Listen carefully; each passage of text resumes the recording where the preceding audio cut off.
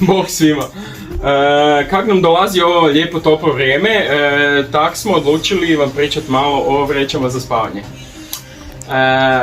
Pa ovako, noći još uvijek nisu tako dovoljno tople da bi spavali samo ovak fino rastvorenih ručica na travi. Potrebno vam je nešto što se zove vreća za spavanje.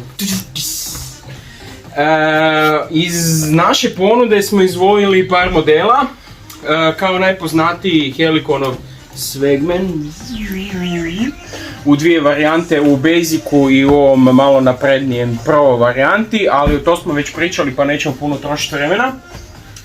Imamo tu još dva modela od Milteka, Pilot i Mumija. Šta reći o njima?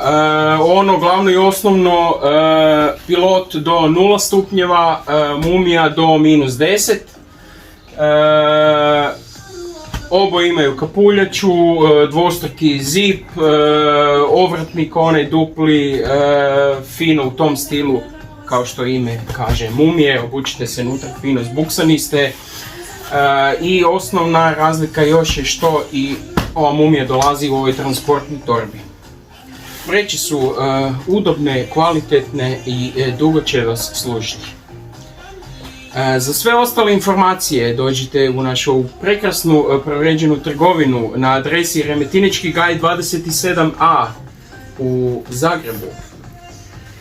A ako niste u blizini, kontaktirajte naše vrijedne cure na telefonu i na webu koji će vam dati isto sve potrebne informacije oko toga i oko svega ostaloga. Eto, hvala vam puno na pažnji i do gledanja, slušanja i svega ostalog.